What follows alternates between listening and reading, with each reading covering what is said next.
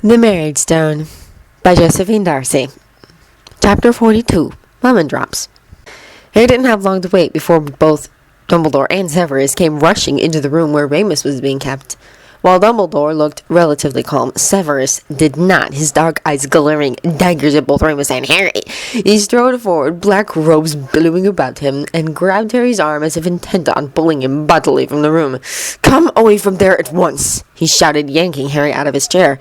His words and actions set Remus off again, and the man began struggling violently against the bonds holding him down to the bed, his eyes burning with rage as he glared at Severus. "Let him go!" he snarled. Immediately, Severus released Harry's arm, but only so he could draw his wand from his sleeve and point it at the bound werewolf. Harry, though stunned by the situation, leapt in front of Severus's wand, arms held out to stop him from attacking Remus.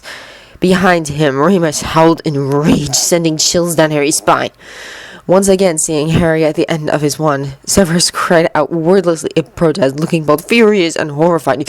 "You stupid boy!" he shouted and grabbed Harry again. Harry found himself suddenly spun around off-center and then pulled violently back against Severus, dragged across the room and away from Remus's bed. His back was pressed against Severus's chest, the man's arms wrapped possessively around his body. Harry struggled in desperation when he saw Dumbledore raise his own wand and hit Remus with a stunning charm, instantly stilling the werewolf, who had actually managed to make the enormous bed rock on its frame. Silence settled over the room, save for the harsh breathing of both Severus and Harry. Harry felt as if he'd just been in a fight, and Severus was making no effort to release him. The man's arms tightened around him, muscles flexing into unbreakable bonds, the heat of his body making Harry tremble with some unnamed emotion. His heart was racing, and he tried to squirm away, only to find that any movement made Severus hold him tighter. Dumbledore turned a very stern gaze on both of them. "Severus, release Harry immediately." Harry found himself holding his breath as he stared into Dumbledore's stern blue eyes, trying to read some explanation for the events that had just taken place. Severus's arms did not loosen. He could feel the man's hot breath against the back of his neck.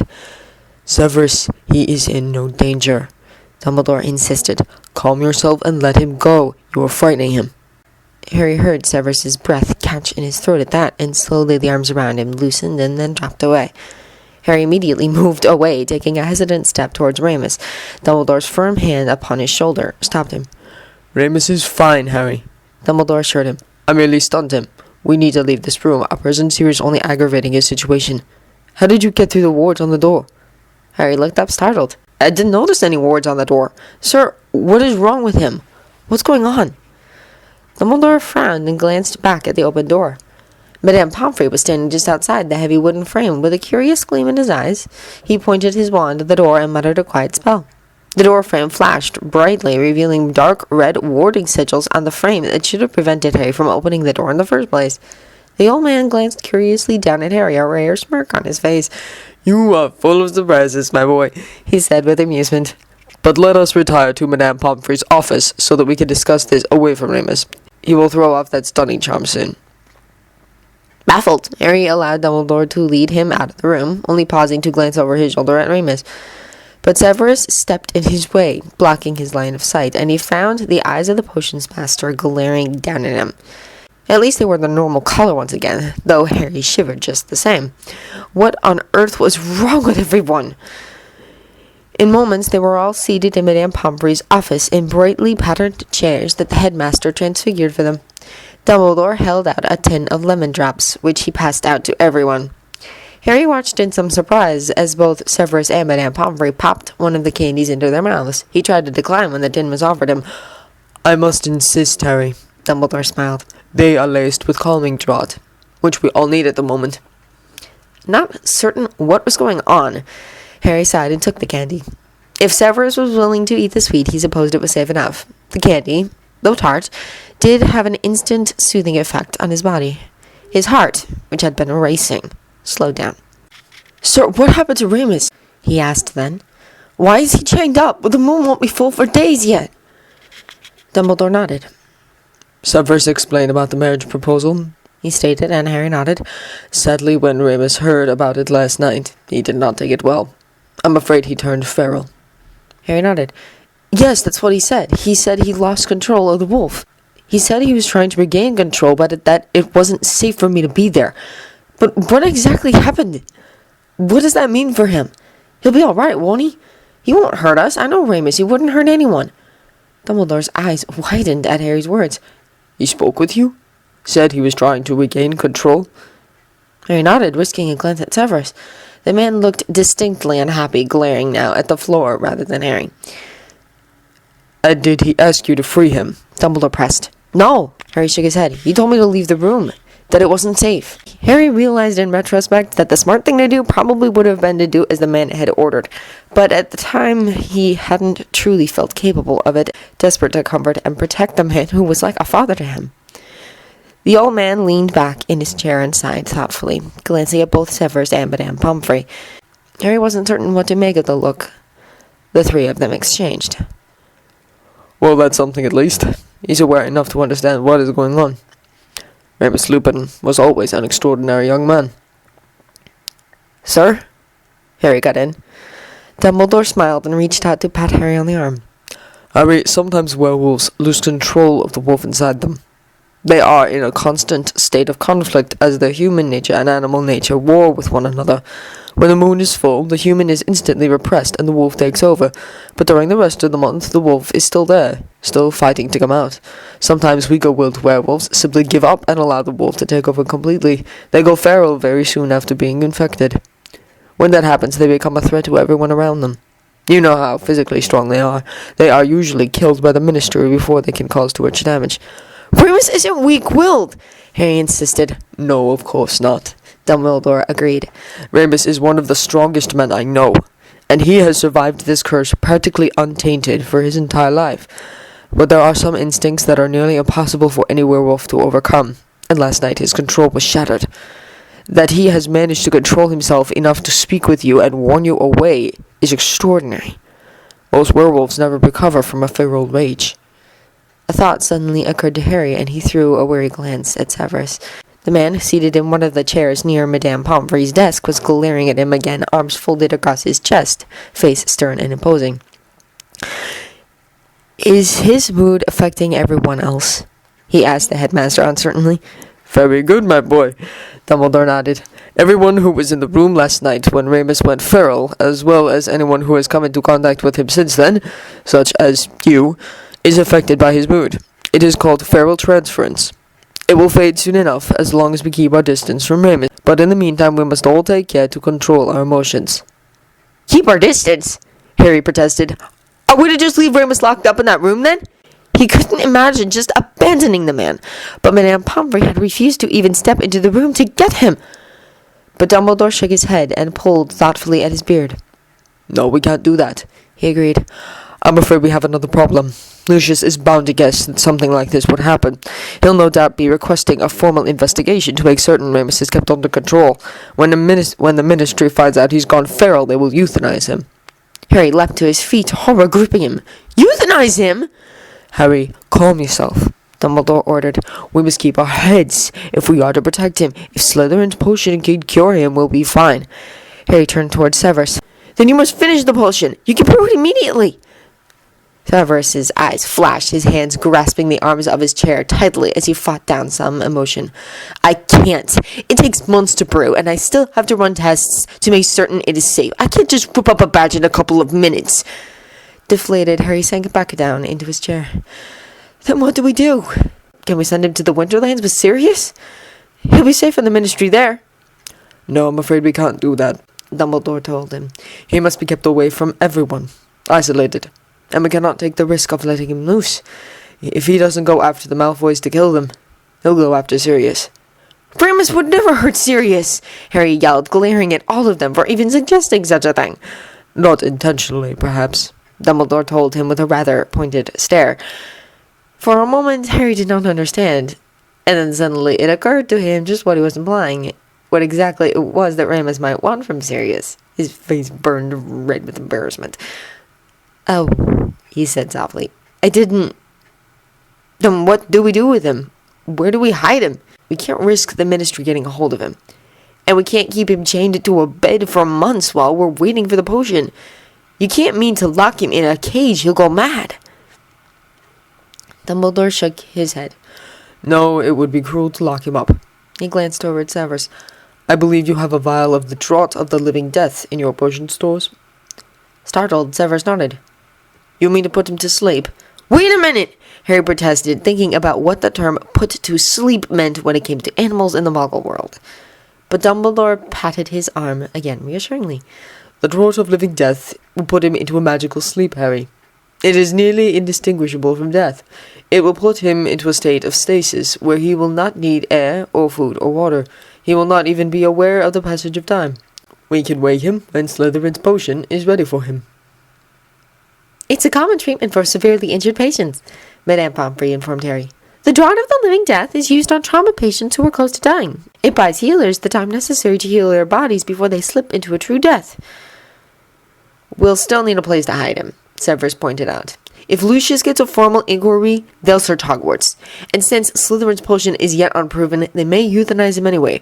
Or for that matter, Fedge may simply take him as hostage to use him as leverage against Harry. What about the Chamber of Secrets? Harry asked. The Ministry doesn't know where it is, and only a partial mouth can open the doors. So unless they get Voldemort to help them, he should be safe there. An excellent idea, Dumbledore agreed, his eyes twinkling once again. We'll have to do it tonight. The hallways are no doubt filled with students right now, and we can't risk taking Remus through them until they are all safely back in their dorms once more. But we dare not delay more than that. It will only take Lucius a day or two to get the inquiry approved. Sir, what about the marriage? Harry asked worriedly, thinking about the thing that had caused this in the first place. There must be some way out of it, right? I'm looking into that as well, my boy, Dumbledore assured him. You must have faith. Things tend to work out in the end. The old man stood up then. Now, you need to get yourself down to the Great Hall for breakfast. You still must go to school after all. But all of you, remember, keep a close watch on your emotions. He poured a small handful of lemon drops into Harry's hand. Keep those in your pocket, my boy, he suggested. Now, I best go check the wards on the door and perhaps put an alarm on the main door to the infirmary, since even lucky wards do not seem strong enough to keep certain students out. Harry flushed uncomfortably at the reminder. He hadn't even noticed the wards on the door, but then he had been rather anxious to get to Remus. He supposed it was possible that his accidental magic had struck again. He left Madame Pomfrey's office, moving reluctantly toward the exit. When he paused to look back at the room Remus was locked in, Severus grabbed his arm and pulled him bodily out of the infirmary. Once out in the main hall of the castle, Harry jerked his arm out of Severus's grip. "Will you stop grabbing my arm?" he snapped at the man. Severus sneered at him, the stern lines of his face as harsh as he'd ever seen them. "Then stop doing things you're not supposed to." "I just wanted to see Remus," Harry protested. "Always the wolf." Severus snarled. "You're always running near him. Never mind the fact that you've known me far longer. But I don't count, do I? Because there's nothing between us." He threw Harry's words from earlier back in his face, his eyes flashing with rage. "You're nothing but a self-centered, spoiled." Harry shoved him hard in the chest, knocking him away from him. "I meant before," he shouted at him, hurt that Severus would automatically think the worst of him. "I meant there was nothing between us before." He could see his words shocked Severus out of the rage he was in, his eyes widening in stunned surprise. But Harry wasn't capable at that moment of having this conversation with him, feeling the hurt of the man's accusation overwhelming him, the telltale prick of tears threatening in his eyes. And he refused to cry, refused to ever give in to tears. Instead, he turned and ran away, racing down the hallway and escaping into the main corridors of Hogwarts, where the students were beginning to make their way into the Great Hall for breakfast. Harry calmed himself as he approached the tall, ornate doors to the hall, pausing to breathe deeply and fight back the emotion welling inside him. Why did Severus have to yell at him like that? Think the worst of him. He thought things were different between them now. The man had been so understanding in the Winterland, so careful with him, so supportive. He should have known Harry meant that there was nothing between them before they'd been married. Why would he mean there was nothing now? After everything they'd been through? After spending Christmas together, didn't he understand? They'd even begun spending evenings together in front of the fireplace, Harry doing homework, Severus grading papers, sometimes just talking. Hadn't any of that mattered? Or was it just in Harry's mind, delusions from someone who desperately wanted to belong to a real family, however unorthodox it might seem? He could blame Severus's rage on the feral transference, but not the blithe misunderstanding of his words. Did he mean so little to the man? Was it all just some act or some gross failing on his part that he truly did not understand how to belong to a family? The reality was that no matter how hard he had tried, no matter how much he had wanted to believe, nothing had ever been good enough for the Dursleys. Why should anything be any different now? Determined to think of it later, when his head was clearer, Harry shoved open one of the doors of the Great Hall, anxious now to talk to Ron and Hermione. He needed the normalcy of his friends. And maybe Hermione could help him figure out the insanity that was going on with Remus and Sirius, too. Every head in the room turned when Harry entered the hall. Every eye trained on him, and instantly the whispers began. Murmurs spreading through the room and rising and falling as Harry made his way toward a Gryffindor table. He found himself paling as he walked, feeling the scrutiny that was directed at him. He'd almost forgotten everything else that had happened. Had it only been last night that he'd returned from the Winterlands? He could see copies of the morning paper being passed around the room. He'd forgotten about the press. It was worse than the morning after his marriage. Far worse. Students were standing up just to get a better look at him as he walked across the hall. Even the few teachers at the head table were staring at him, and through several side doors near the front of the room, he could actually see house elves peeking around the doorways to stare as he walked. Even the ghosts of Hogwarts were not immune to the curiosity. All 4 of the house ghosts were in attendance, and several Harry had never seen before, all drifting silently about the room, with their silvery eyes following his every step. He spied Ron and Hermione and hurried toward them, breathing a sigh of relief when the 2 of them moved apart and made room for him on the bench between them. At least he'd have someone friendly on both sides of him. Sitting quickly down into a seat, he was grateful when Hermione wrapped her arm around his waist and hugged him, Ron patting him on the back. Neville was seated directly across from him, and he handed Harry the paper that someone passed down to him. Steeling himself for the worst, Harry looked down at the front page of the Daily Prophet. There on the page was a moving photo of his entrance into the Great Hall last night. Remus, Severus, and Ulrich beside him. Slashed in red across the top of the page were the words, "The boy who would be king." "Oh, Merlin," he murmured as he scanned the article below. The article outlined, with surprising accuracy, what had happened the night before. And even the private meeting with Minister Fudge was fairly well represented. Madame Bones had apparently given an interview. Despite the lurid headline, the main article was more news than fiction. It was the dozens of other articles that filled the paper that worried Harry. Every conceivable interpretation possible was speculated about in minute detail. There was even an interview from Minister Fudge insisting that this was nothing more than a protest to the new Wizarding Registration Act that the Muggle government was currently proposing. That the Winterlands merely wanted to lodge a protest of the act and didn't truly mean to withdraw from their protectorate status. "It could have been worse, mate," Ron told him. "At least our main facts are all fairly represented." "Ron's right, Harry," Hermione nodded. "Even the suggestions that you are attempting to overthrow the government don't begin until page 5. And those articles will be largely dismissed in favor of the others." Harry's eyes widened. "Someone suggested that?" "Well," Hermione just shrugged. "That was bound to be expected. Fudge needs to discredit you if he hopes to gain any favor back. But the rest of the candidates are going the opposite route. I'd say it's safe to state that Fudge's days are numbered. The really interesting articles are the ones that speculate on the conspiracy that caused the Winterlands petitions to be ignored. Other people are beginning to wonder what else has managed to slip through the cracks." Harry glanced around the room at the other students. All the Gryffindors were leaning towards them, trying to catch what he was saying to his friends. Students from various houses were still staring at him. Even Slytherin House was drawn into the speculation, passing papers up and down the table and craning their necks to get a better look at him. In fact, only one student in the entire room seemed utterly oblivious to what was going on. Draco Malfoy, seated at Slytherin table, was staring somewhat despondently down into his morning plate of waffles, poking at the pastry with his dagger. Harry frowned, not certain what to make of Draco's behavior. It occurred to him that neither Ron nor Hermione knew about the situation with Remus and Sirius. How much did Draco understand about what had happened? Had he been present when Lucius had made the proposal to Severus, or had he been kept in the dark about the details? "Harry?" Hermione's voice caught his attention as he realized he'd momentarily zoned out on his thoughts. "Are you okay?" Harry sighed despondently. Aren't winter breaks supposed to be relaxing? He asked. He pulled one of Dumbledore's lemon drops out of his pocket and popped it into his mouth. The peaceful moments at the burrow seemed years ago.